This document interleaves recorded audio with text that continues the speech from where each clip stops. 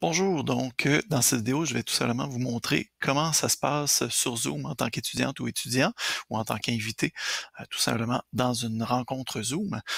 Lorsque ce n'est pas nous qui l'organisons.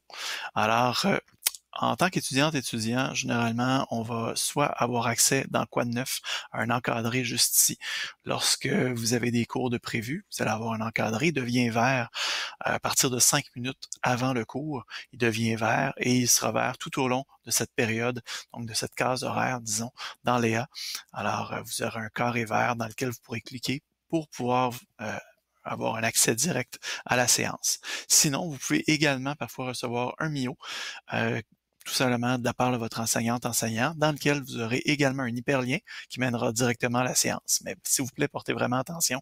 Dans ce MIO, vous retrouverez à la fois l'hyperlien, mais en dessous, la clé tout simplement d'accès pour cette séance de Zoom.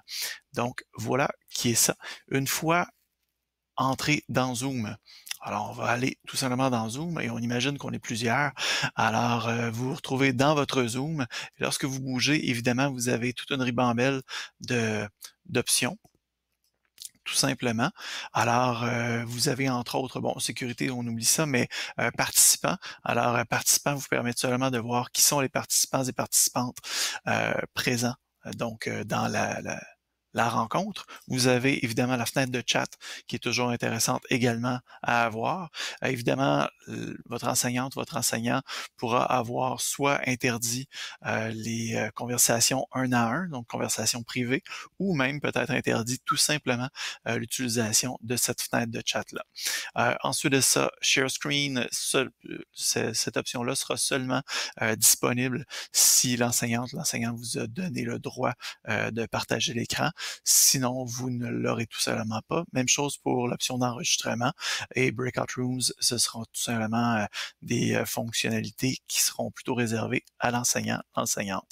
Les réactions vous permettent seulement d'applaudir ou de faire un petit pouce en l'air. Dans la fenêtre des participants et participantes, vous avez également, au lieu de l'option Invite, qui est tout simplement l'option que vous avez lorsque vous êtes administrateur de votre réunion, euh, vous aurez plutôt Raise Hand pour lever la main, tout simplement. Et une fois que vous avez levé la main, vous pouvez cliquer sur Unraise Hand pour descendre votre main, tout simplement. Sinon, vous pouvez également vous mettre en sourdine à tout moment. Évidemment, vous avez également l'option de sourdine juste ici en bas à gauche. Donc, ça, c'est vraiment tout ce qui est vos options audio. Donc, autant choisir vos haut-parleurs, choisir votre microphone, faire vos tests, etc. Donc, vous avez donc votre gestion audio juste ici. Et puis, vous avez évidemment votre gestion vidéo juste ici à côté. Donc, autant pour choisir votre webcam que finalement choisir également votre arrière-plan virtuel, voilà, ou encore jouer un peu avec vos paramètres vidéo. Soit dit en passant, très important lorsque vous entrez dans une réunion, vous pouvez évidemment utiliser votre audio pour saluer l'enseignant, l'enseignante, bref, une petite formule de politesse d'usage, évidemment, mais par la suite, on vous invite toujours fortement à vous mettre en sourdine le plus rapidement possible. Question de respecter les autres, évidemment, aussi.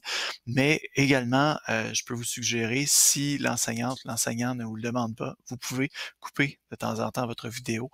Ça améliorera tout simplement la transmission pour vous et pour les autres. Donc, voilà, ça fera un signal vidéo de moins dans votre bande passante à vous et dans la bande passante des autres.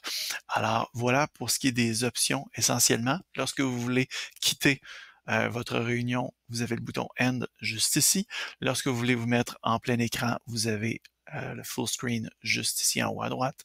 Et donc, voilà, ça résume le tout. Vous avez évidemment essentiellement les mêmes options sur la technologie mobile, donc autant sur vos téléphones cellulaires ou vos tablettes.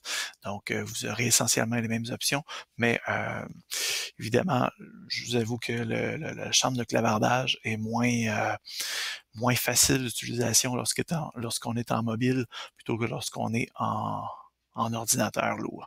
Donc, voilà, merci beaucoup. Une bonne journée.